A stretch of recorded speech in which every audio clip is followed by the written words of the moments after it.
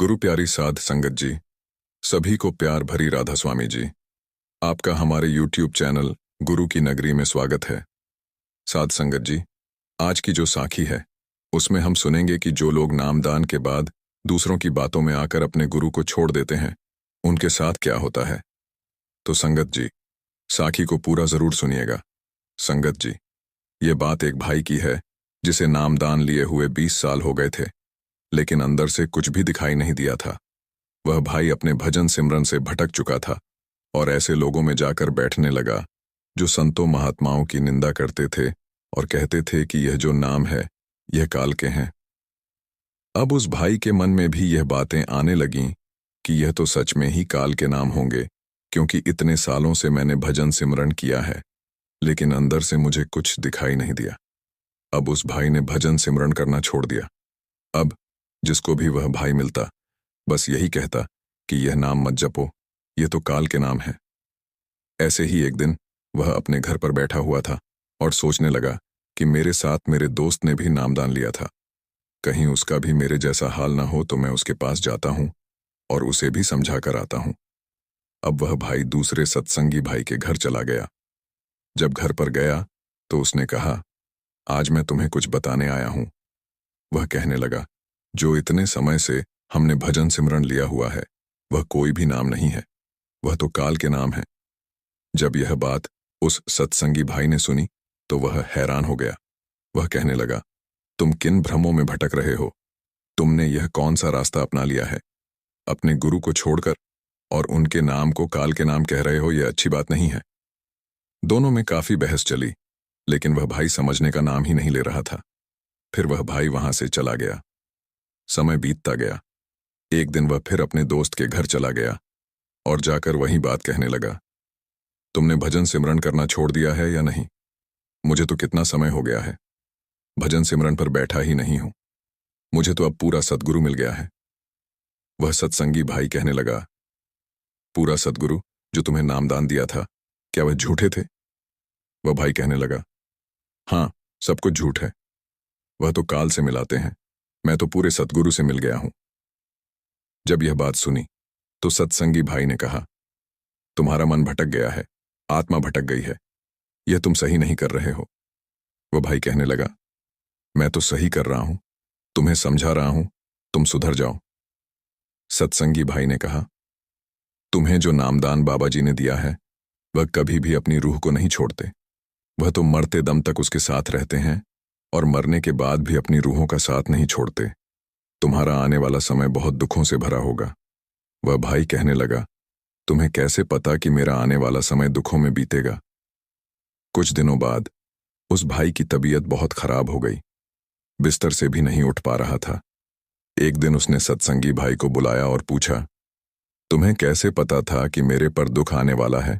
सत्संगी भाई ने कहा, जो लोग दिल से भजन सिमरन करते हैं उन्हें सब पता होता है।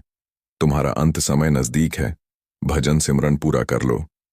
यह सुनकर उस भाई ने सत्संगी भाई का मजाक उड़ाया, पर जब उसने देखा कि बाबा जी आए और कहा, भजन सिमरन पूरा कर लो, तुम्हारा अंत समय नजदीक है, तब उसकी आंखों से आंसू नहीं रुके। उसने सत्संगी भाई को बुलाकर माफी मांगी और कहा, मैं भटक गया था, मुझे समझ नहीं आई कि गुरु कभी अपनी रूहों को नहीं छोड़ते। कुछ दिन बाद उस भाई का अंत समय आ गया। जब उसके प्राण निकले, सद्गुरु उसे अपने साथ ले गए। संगत जी, ऐसा होता है पूरा गुरु। अगर हमने पूरे गुरु से नाम लिया है तो हमें उन पर पूरा विश्वास होना चाहिए और भजन सिमरन पूरा करना चाहिए। हमें दूसरों की बातों में आकर अपने गुरु को नहीं छोड़ना चाहिए। साध संगत जी, क्या भाग्य का लिखा कभी नहीं मिटता? हमारा भाग्य हमारी क्रियाओं और निर्णयों से किस प्रकार जुड़ा होता है? क्या नियति को बदला जा सकता है? आइए जानते हैं इस साखी के माध्यम से। साध संगत जी, एक समय की बात है, एक बहुत ही ज्ञानी पंडित था। वह अपने एक बचपन के घनिष्ठ मित्र से मिलने के लिए किसी दूसरे गांव जा रहा था, जो कि बचपन से ही गूंगा और एक पैर से अपाहिज था। उसका गांव काफी दूर था और रास्ते में कई छोटे छोटे गांव भी पड़ते थे। पंडित अपनी धुन में चला जा रहा था कि रास्ते में उसे एक आदमी मिल गया जो दिखने में बड़ा ही हष्ट पुष्ट था। वह भी पंडित के साथ ही चलने लगा पंडित ने सोचा कि चलो अच्छा ही है, साथ साथ चलने से रास्ता जल्दी कट जाएगा। पंडित ने उस आदमी से उसका नाम पूछा तो उस आदमी ने अपना नाम महाकाल बताया। पंडित को यह नाम बड़ा अजीब लगा, लेकिन उसने नाम के विषय में और कुछ पूछना उचित नहीं समझा। दोनों धीरे धीरे चलते रहे। तभी रास्ते में एक गांव आया। महाकाल ने पंडित से कहा, तुम आगे चलो, मुझे इस गांव में एक संदेश देना है, मैं तुमसे आगे मिलता हूं। ठीक है कहकर पंडित अपनी धुन में चलता रहा। तभी एक भैंसे ने एक आदमी को मार दिया, और जैसे ही भैंसे ने आदमी को मारा, लगभग तुरंत ही महाकाल वापस पंडित के पास पहुंच गया। चलते चलते दोनों एक गांव के बाहर पहुंचे, जहां एक छोटा सा मंदिर था। ठहरने की व्यवस्था ठीक लग रही थी, और क्योंकि पंडित के मित्र का गांव अभी काफी दूर था, साथ ही रात्रि होने वाली थी, सो पंडित ने कहा, रात्रि होने वाली है, पूरा दिन चले हैं, थकावट भी बहुत हो चुकी है, इसलिए आज की रात हम इसी मंदिर में रुक जाते हैं। भूख भी लगी है, सो भोजन भी कर लेते हैं और थोड़ा विश्राम करके सुबह फिर से प्रस्थान करेंगे। महाकाल ने जवाब दिया, ठीक है, लेकिन मुझे इस गांव में किसी को कुछ सामान देना है, सो मैं देकर आता हूं। तब तक तुम भोजन कर लो, मैं बाद में खा लूंगा। और इतना कहकर वह चला गया। लेकिन उसके जाते ही कुछ देर बाद उस गांव से धुआं उठना शुरू हुआ और धीरे धीरे पूरे गांव में आग लग गई थी। पंडित को आश्चर्य हुआ। उसने मन ही मन सोचा कि जहां भी यह महाकाल जाता है, वहां किसी न किसी तरह की हानि क्यों हो जाती है, जरूर कुछ गड़बड़ है। लेकिन उसने महाकाल से रात्रि में इस बात का कोई जिक्र नहीं किया। सुबह दोनों ने फिर से अपने गंतव्य की ओर चलना शुरू किया। कुछ देर बाद एक और गांव आया और महाकाल ने फिर से पंडित से कहा, पंडित जी, आप आगे चलें, मुझे इस गांव में भी कुछ काम है, सो मैं आपसे आगे मिलता हूं। इतना कहकर महाकाल जाने लगा। लेकिन इस बार पंडित आगे नहीं बढ़ा, बल्कि खड़े होकर महाकाल को देखता रहा कि वह कहां जाता है और करता क्या है। तभी लोगों की आवाजें सुनाई देने लगीं कि एक आदमी को सांप ने डस लिया और उस व्यक्ति की मृत्यु हो गई। ठीक उसी समय महाकाल फिर से पंडित के पास पहुंच गया। लेकिन इस बार पंडित को सहन न हुआ। उसने महाकाल से पूछ ही लिया, तुम जिस गांव में भी जाते हो, वहां कोई न कोई नुकसान हो जाता है, क्या तुम मुझे बता सकते हो कि आखिर ऐसा क्या होता है? महाकाल ने जवाब दिया, पंडित जी, आप मुझे बड़े ज्ञानी मालूम पड़े थे, इसीलिए मैं आपके साथ चलने लगा था, क्योंकि ज्ञानी का संग हमेशा अच्छा होता है। लेकिन क्या सचमुच आप अभी तक नहीं समझे कि मैं कौन हूं? पंडित ने कहा, मैं समझ तो चुका हूं, लेकिन कुछ शंका है, सो यदि आप ही अपना उपयुक्त परिचय दे दें तो मेरे लिए आसानी होगी। महाकाल ने जवाब दिया, मैं यमदूत हूं और यमराज की आज्ञा से उन लोगों के प्राण हरण करता हूं जिनकी आयु पूर्ण हो चुकी है। हालांकि पंडित को पहले से ही इसी बात की शंका थी, फिर भी महाकाल के मुंह से यह बात सुनकर पंडित थोड़ा घबरा गया। फिर हिम्मत करके पूछा, अगर ऐसी बात है और तुम सचमुच ही यमदूत हो, तो बताओ, अगली मृत्यु किसकी है? यमदूत ने जवाब दिया, अगली मृत्यु तुम्हारे उसी मित्र की है जिसे तुम मिलने जा रहे हो, और उसकी मृत्यु का कारण भी तुम ही होगे। ये बात सुनकर पंडित ठिठक गया और बड़े पशोपेश में पड़ गया कि यदि वास्तव में वह महाकाल एक यमदूत हुआ तो उसकी बात सही होगी और उसके कारण मेरे बचपन के सबसे घनिष्ठ मित्र की मृत्यु हो जाएगी। इसलिए बेहतर यही है कि मैं अपने मित्र से मिलने ही न जाऊं। कम से कम मैं तो उसकी मृत्यु का कारण नहीं बनूंगा। तभी महाकाल ने कहा, तुम जो सोच रहे हो वह मुझे भी पता है, लेकिन तुम्हारे अपने मित्र से मिलने न जाने के विचार से नियति नहीं बदल जाएगी। तुम्हारे मित्र की मृत्यु निश्चित है और वह अगले कुछ ही क्षणों में घटित होने वाली है। महाकाल के मुख से यह बात सुनते ही पंडित को झटका लगा, क्योंकि महाकाल ने उसके मन की बात जान ली थी, जो कि किसी सामान्य व्यक्ति के लिए तो संभव ही नहीं थी। फलस्वरूप पंडित को विश्वास हो गया कि महाकाल सचमुच यमदूत ही है, इसलिए वह अपने मित्र की मृत्यु का कारण न बने। इस हेतु वह तुरंत पीछे मुड़ा और फिर से अपने गांव की तरफ लौटने लगा। परंतु जैसे ही वह मुड़ा, सामने से उसे उसका मित्र उसी की ओर तेजी से आता हुआ दिखाई दिया, जो कि पंडित को देखकर अत्यधिक प्रसन्न लग रहा था। अपने मित्र के आने की गति को देख पंडित को ऐसा लगा जैसे कि उसका मित्र काफी समय से उसके पीछे पीछे ही आ रहा था, लेकिन क्योंकि वह बचपन से ही गूंगा और एक पैर से अपाहिज था, इसलिए न तो पंडित तक पहुंच पा रहा था और न ही पंडित को आवाज देकर रोक पा रहा था। लेकिन जैसे ही वह पंडित के पास पहुंचा, अचानक न जाने क्या हुआ और उसकी मृत्यु हो गई। पंडित हक्का बक्का सा आश्चर्य भरी नजरों से महाकाल की ओर देखने लगा, जैसे कि पूछ रहा हो कि आखिर हुआ क्या उसके मित्र को। महाकाल पंडित के मन की बात समझ गया और बोला, तुम्हारा मित्र पिछले गांव से ही तुम्हारे पीछे पीछे आ रहा था, लेकिन तुम समझ ही सकते हो कि वह अपाहिज और गूंगा होने की वजह से ही तुम तक नहीं पहुंच सका। उसने अपनी सारी ताकत लगाकर तुम तक पहुंचने की कोशिश की, लेकिन बुढ़ापे में बचपन जैसी शक्ति नहीं होती शरीर में, इसलिए हृदयाघात की वजह से तुम्हारे मित्र की मृत्यु हो गई और उसकी वजह हो तुम, क्योंकि वह तुमसे मिलने हेतु तुम तक पहुंचने के लिए ही अपनी सीमाओं को लांघते हुए तुम्हारे पीछे भाग रहा था।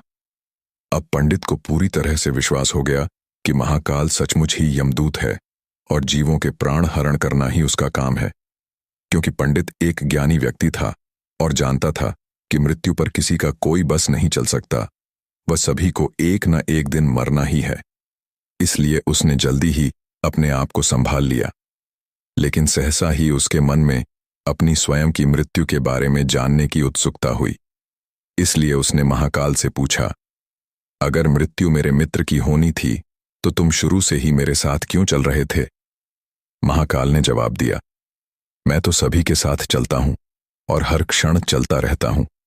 केवल लोग मुझे पहचान नहीं पाते, क्योंकि लोगों के पास अपनी समस्याओं के अलावा किसी और व्यक्ति, वस्तु या घटना के संदर्भ में सोचने या उसे देखने समझने का समय ही नहीं है। पंडित ने आगे पूछा, तो क्या तुम बता सकते हो कि मेरी मृत्यु कब और कैसे होगी?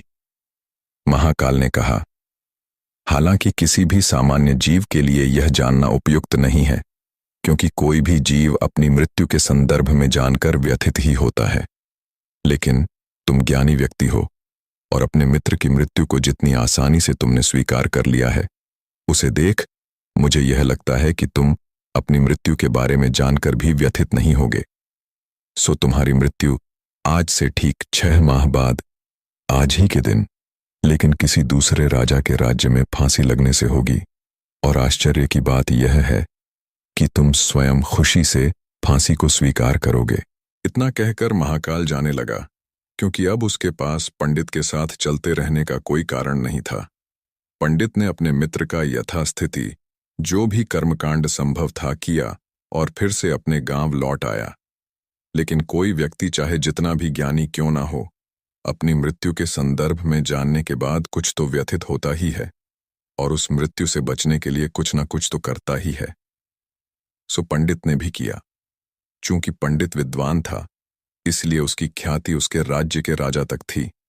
उसने सोचा कि राजा के पास तो कई ज्ञानी मंत्री होते हैं और वे उसकी इस मृत्यु से संबंधित समस्या का भी कोई ना कोई समाधान तो निकाल ही देंगे।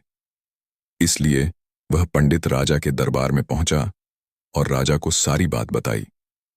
राजा ने पंडित की समस्या को अपने मंत्रियों के साथ बांटा और उनसे सलाह मांगी। अंत में सभी की सलाह से यह तय हुआ कि यदि पंडित की बात सही है तो जरूर उसकी मृत्यु 6 महीने बाद होगी, लेकिन मृत्यु तब होगी जबकि वह किसी दूसरे राज्य में जाएगा। यदि वह किसी दूसरे राज्य में जाए ही ना तो मृत्यु नहीं होगी। यह सलाह राजा को भी उपयुक्त लगी, सो उसने पंडित के लिए महल में ही रहने हेतु उपयुक्त व्यवस्था करवा दी। अब राजा की आज्ञा के बिना कोई भी व्यक्ति उस पंडित से नहीं मिल सकता था, लेकिन स्वयं पंडित कहीं भी आ जा सकता था, ताकि उसे यह न लगे कि वह राजा की कैद में है। हालांकि वह स्वयं ही डर के मारे कहीं आता जाता नहीं था। धीरे धीरे पंडित की मृत्यु का समय नजदीक आने लगा और आखिर वह दिन भी आ गया जब पंडित की मृत्यु होनी थी। तो जिस दिन पंडित की मृत्यु होनी थी, उससे पिछली रात पंडित डर के मारे जल्दी ही सो गया, ताकि जल्दी से जल्दी वह रात और अगला दिन बीत जाए और उसकी मृत्यु टल जाए। लेकिन स्वयं पंडित को नींद में चलने की बीमारी थी और इस बीमारी के बारे में वह स्वयं भी नहीं जानता था। इसलिए राजा या किसी और से इस बीमारी का जिक्र करने अथवा किसी चिकित्सक से इस बीमारी का इलाज करवाने का तो प्रश्न ही नहीं था, क्योंकि पंडित अपनी मृत्यु को लेकर बहुत चिंतित था और नींद में चलने की बीमारी का दौरा अक्सर तभी पड़ता है जब ठीक से नींद नहीं आ रही होती। सो उसी रात पंडित को नींद में चलने का दौरा पड़ा।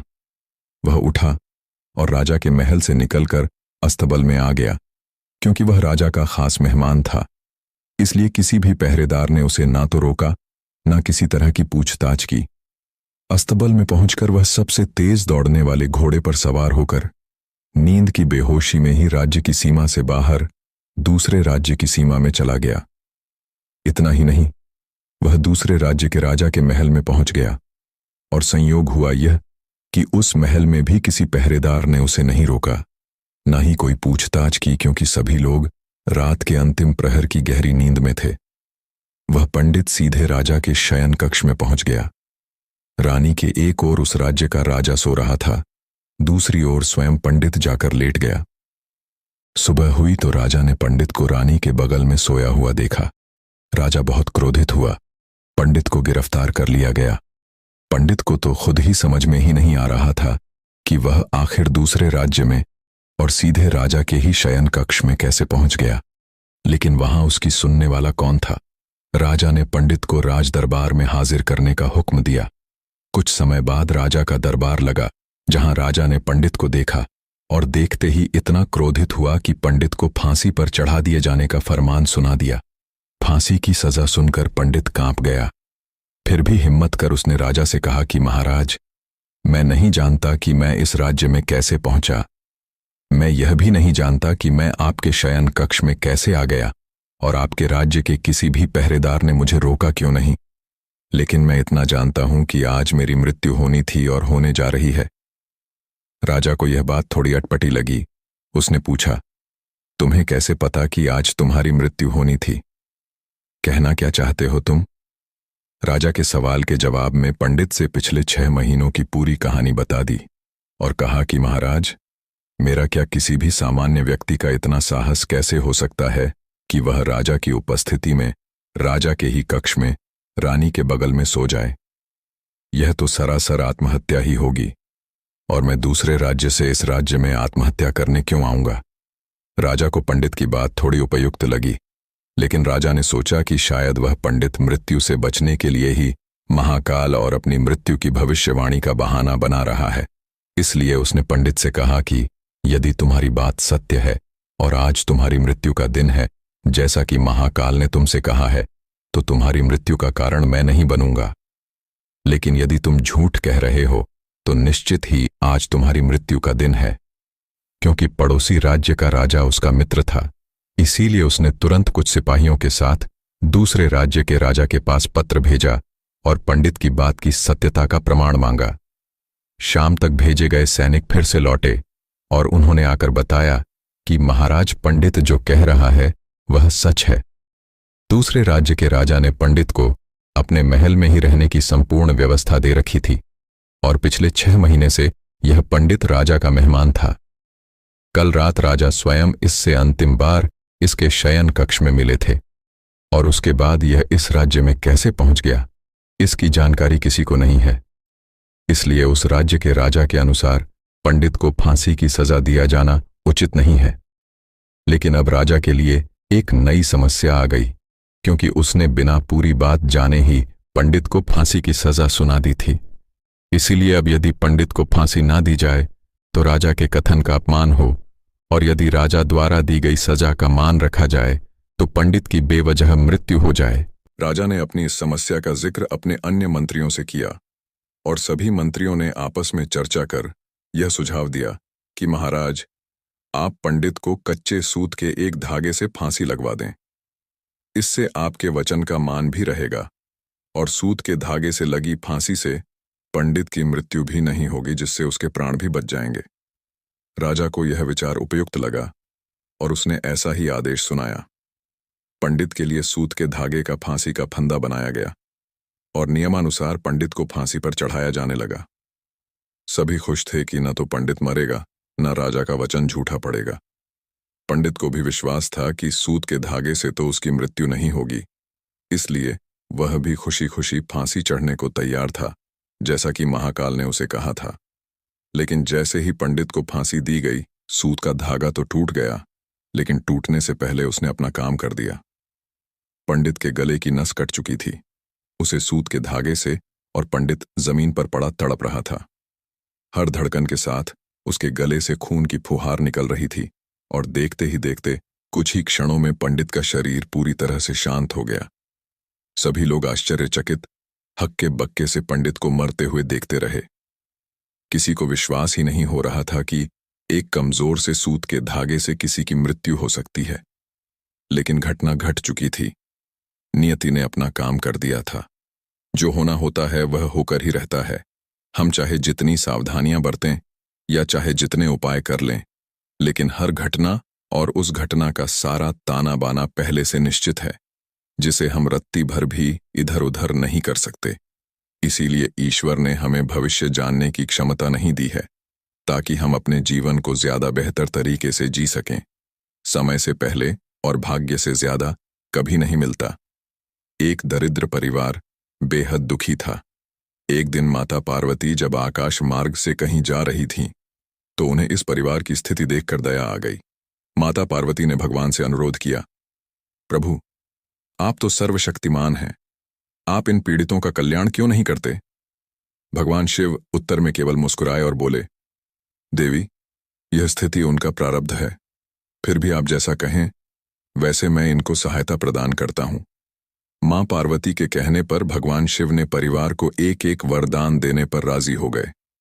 भगवान शिव मां पार्वती के साथ परिवार के समक्ष प्रकट हुए और सबको अपनी इच्छा अनुसार वरदान मांगने के लिए कहा। महिला और उनका परिवार यह सुनकर बहुत खुश हो गए। सबसे पहले महिला ने वरदान की याचना की और बोली, भगवान, आप मुझे दुनिया की सबसे सुंदर महिला बना दें। प्रभु के तथास्तु कहते ही वह महिला सुंदर युवती में बदल गई। उसका पति यह देखकर मन ही मन सोचने लगा कि अब वह मुझे छोड़कर चली जाएगी। उससे अपनी पत्नी की खुशी सहन नहीं हो रही थी। अब वरदान मांगने की बारी महिला के पति की थी और उसने मांगा, भगवान, मेरी पत्नी को कुरूप राक्षसी बना दें। प्रभु के तथास्तु कहते ही वह महिला सुंदर युवती से राक्षसी बन गई। यह इच्छा भी पूरी हो गई। उनका बच्चा अपनी मां का रूप देखकर रोने लगा। उसे वरदान मांगने को कहा तो वह रोते रोते बोला, भगवान, मेरी मां जैसी थी, उसे वैसा ही बना दें। उसकी मां अपने असल रूप में वापस आ गई। तीनों वरदान भी मांग लिए गए, पर स्थिति वैसी की वैसी ही रही।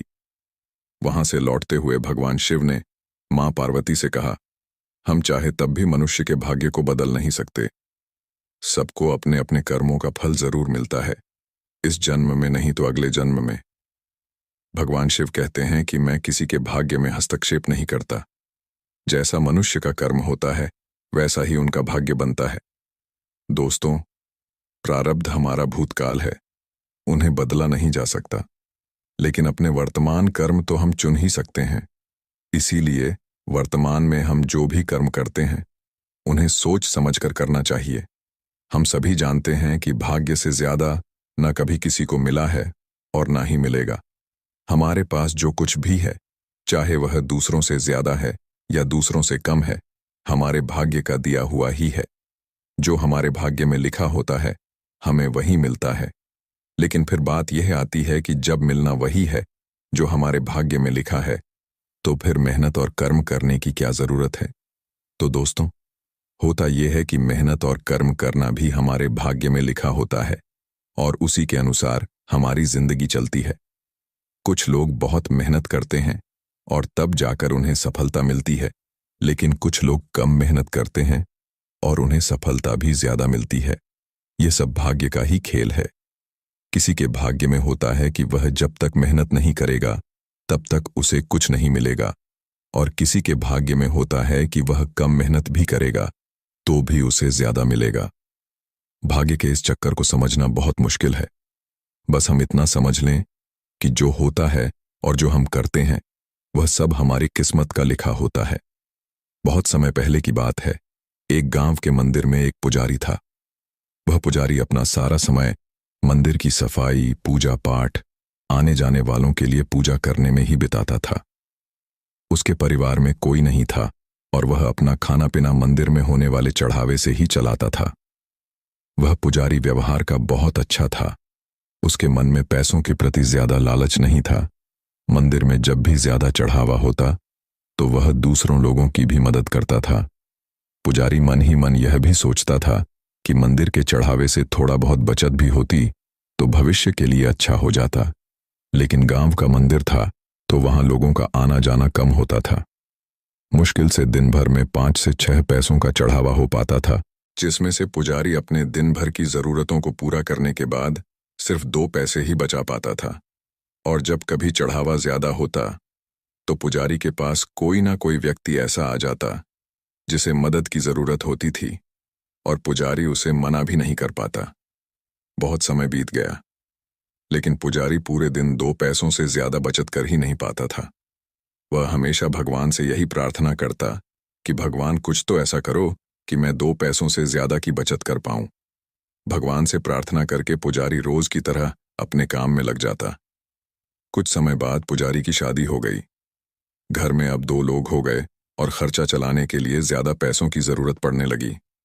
पुजारी की शादी होने के बाद मंदिर में लोगों का आना जाना बढ़ने लगा, जिसकी वजह से चढ़ावा भी ज्यादा होता। और अब पुजारी अपने घर के खर्चे पूरे करने के बाद 10 पैसे रोज बचाने लगा। धीरे धीरे पुजारी के पास ज्यादा पैसे हो गए। कुछ पैसों से उसने अपने घर की मरम्मत की और कुछ पैसों को भविष्य के लिए बचा लिया। कुछ समय बाद पुजारी की संतान हुई और अब वह 2 से 3 हो गए। पुजारी की संतान होने के बाद अब पुजारी ने देखा कि वह अपनी दिन भर की जरूरतें पूरी करने के बाद 15 पैसे बचा लेता है। धीरे धीरे बच्चा बड़ा हुआ और स्कूल जाने लगा।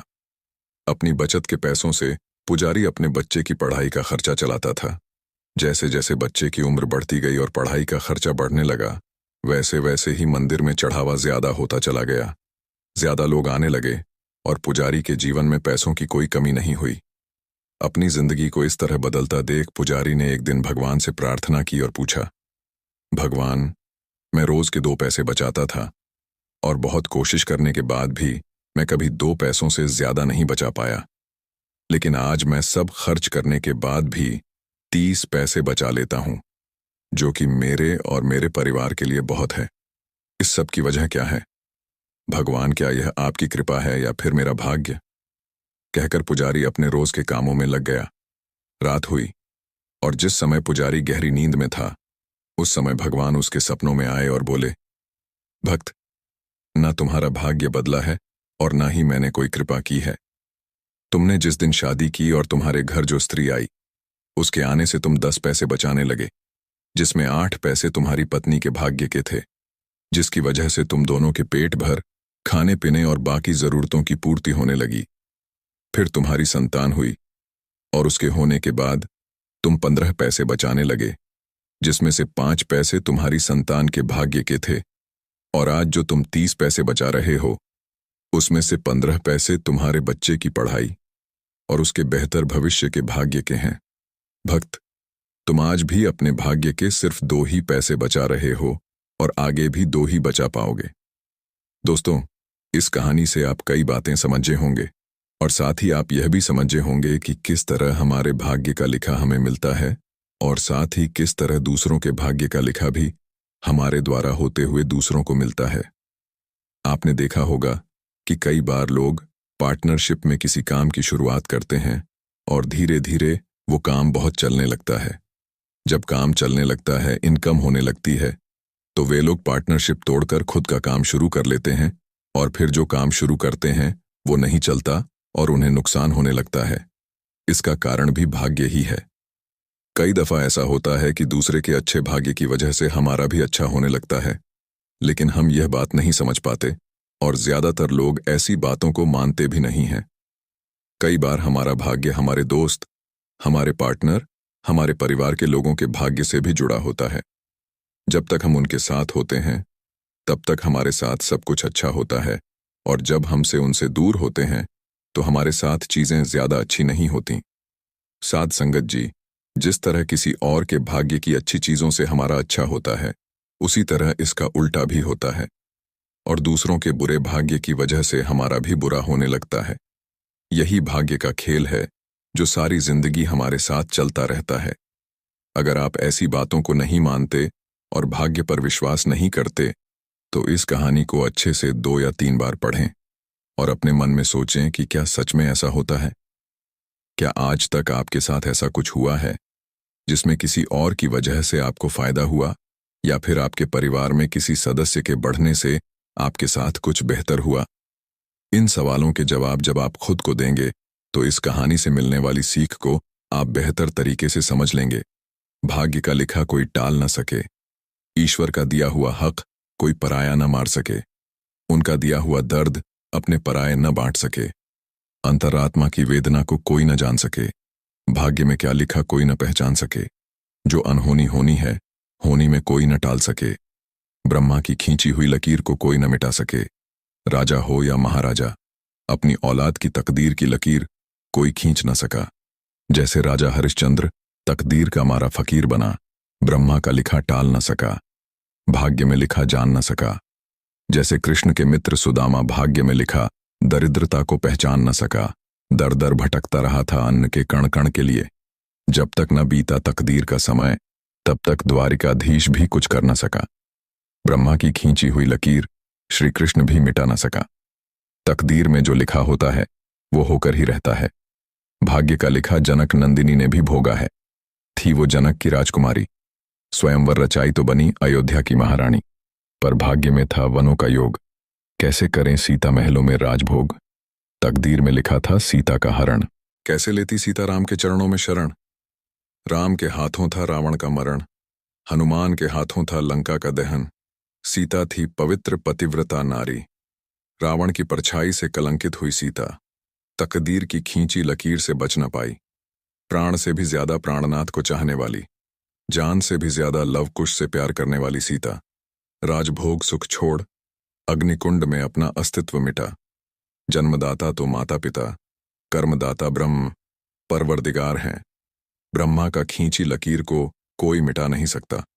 तकदीर में जो लिखा है वो कोई टाल नहीं सकता।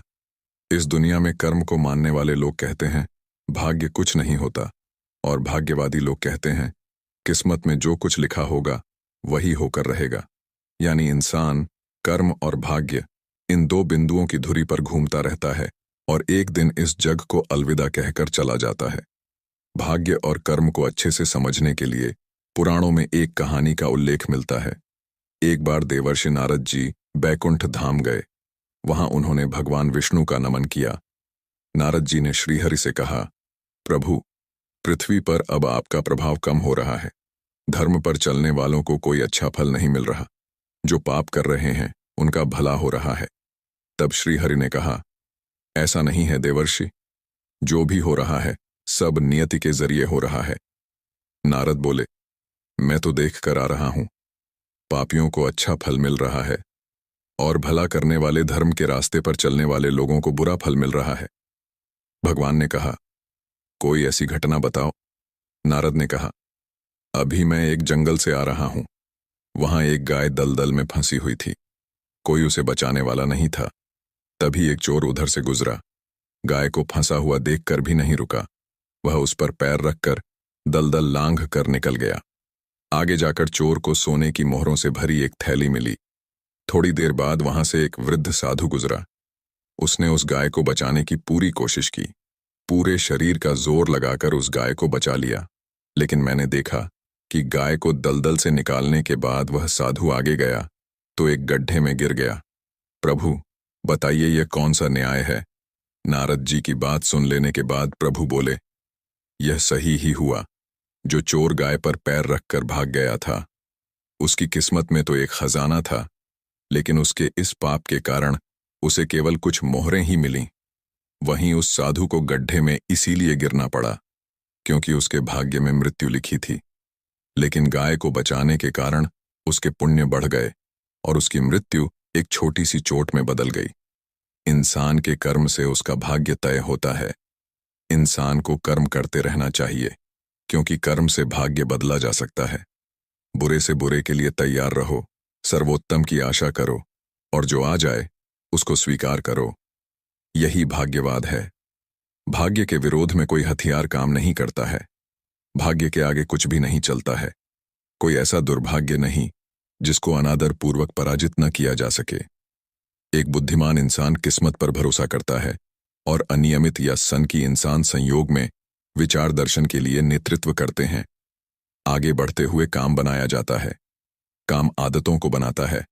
आदतें लक्ष्य या जीवन के चरित्र बनाती हैं और चरित्र हमारी नियति स्थापित करता है। इतना वक्त कहाँ है? अपनी किस्मत को देखूं। बस अपनी मां की मुस्कुराहट देखकर समझ जाता हूं अपनी किस्मत अच्छी है। भाग्य की लकीरों पर भरोसा करना छोड़ दिया है। इस दुनिया में लोग ही बदल जाते हैं, फिर भाग्य क्या है? यदि भाग्य ईश्वर के हाथों लिखा होता तो सबसे अच्छा हमारा ही होता, मगर भाग्य तो हमारे कर्मों व इच्छाओं द्वारा लिखे जाते हैं, ईश्वर की इच्छा से नहीं। अपना भाग्य स्वयं ही लिखना होगा। यह कोई लेटर नहीं जो किसी से लिखवा ले गए। जो किस्मत में लिखा है वह भाग के आएगा और जो नहीं लिखा है वह भाग कर चला जाएगा। फिर खुश या दुखी होने की क्या आवश्यकता है? आप अपने कर्म करते रहो। आपकी आज की मेहनत ही कल का भाग्य है। खुद को हालातों का गुलाम मत समझो। आप स्वयं अपने भाग्य के विधाता हैं। समय से लड़कर जो अपनी किस्मत बदल दे वही इंसान विजयी होता है। जो अपनी किस्मत बदल दे, आगे क्या होगा यह न सोचो। क्या मालूम समय अपनी सूरत ही बदल दे। भाग्य जैसी कोई चीज नहीं है, और जो हमें केवल अप्रत्याशित घटना दिखाई पड़ती है वह प्रारब्ध के गहनतम स्रोत से प्रकट होती है। हर एक बदनसीब आने वाले कल की खुशनसीबी का संकेत लेकर आती है। किस्मत के भरोसे बैठ जाने से किस्मत सोई ही रहती है। हिम्मत कर खड़े होने पर भाग्य भी खड़ा हो उठता है। हमारी किस्मत सितारों में नहीं बल्कि हमारे कर्मों में निहित होती है। जो लोग सौभाग्य को अपनी योग्यता का परिणाम समझने की गलती करते हैं वे अनिवार्य रूप से घोर संकट की ओर अग्रसर हैं। दुर्भाग्य के विषय में एक ही बात सुनिश्चित है, यह बदलेगा। थोड़ा अधिक दृढ़ निश्चय, थोड़ा अधिक साहस, थोड़ा अधिक कार्य, बस यही सौभाग्य है। किस्मत की बात है। हाथों की लकीरों में लिखा है, जो तकदीर में जितना ही लिखा वही काफी है। यह सब किस्मत की बातें हैं। हाथों की लकीरों में ना देखो, किस्मत तो उनकी भी होती है जिनके हाथ नहीं होते। बंद मुट्ठी में महफूज थी तकदीर, हमारी खोलकर हाथ की रेखाओं का खजाना दिखा दिया। यह लकीरें भी छल करने लगी हैं हमसे, कभी दिखती हैं तो कभी मिटती हैं। काश मैं बदल पाता वह जो उसे विधाता ने लिखा है भाग्य में। मेरे पर शायद आज भी मेरी कलम में इतनी ताकत ना तो थी और ना ही होगी। साध संगत जी, ऐसी ही रूहानी सत्संग साखियां सुनने के लिए चैनल को सब्सक्राइब जरूर करें जी, और कमेंट में राधा स्वामी जरूर लिखें जी। राधा स्वामी जी।